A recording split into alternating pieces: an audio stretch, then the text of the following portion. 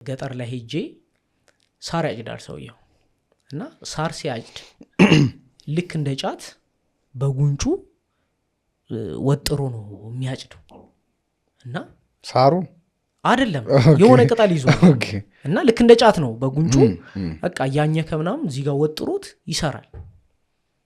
ከዛ ሄድኩኝና መቃም ጀመርክ እንዴ ምናምን አልኩት። ስለው ኧረ ጫት አይደለም እባክህ ምናምን አለኝ። እኔ ጫት አልቅም ምናምን አለኝ። እና ምንድነው ምናምን አልኩት።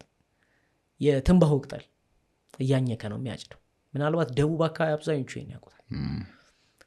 ከዛ ኦኬ የዛ ሱስ አለብህ እንዴ ምናምን አልኩት። ገብቷል ስለ የትንባሆ ቅጠል እንትን ካለ በቃ እኔ አሁን በራሴ ፊሎሶፊ ኦኬ ኒኮቲናማይድ ምናምን ብለህ ነው የምታስበው። ከዛ ኧረ አይደለም አለ ለእባብ ነው የምጠቀመው አለ። ለምሳሌ ሲጋራ የሚያጨስ ሰው እባብ አይተናኮለውም አለ። ዋት ለምን ይሄንን ሽታ አይፈልገውም፣ ፑሽ ያደርገዋል። እና እነሱ እያኘኩት ይሄዱና እባብ ቢመጣ እንደ ትሬት ምናምን አይሮጡ ቱ ነው የሚሉበት። ከዛ ይልፈሰፈሳል፣ እነሱ ስራቸውን ይቀጥላሉ፣ እሱ ተነስቶ ይሄዳል። ቼክ አረኳንተው ላይ አየሁት ብራዘር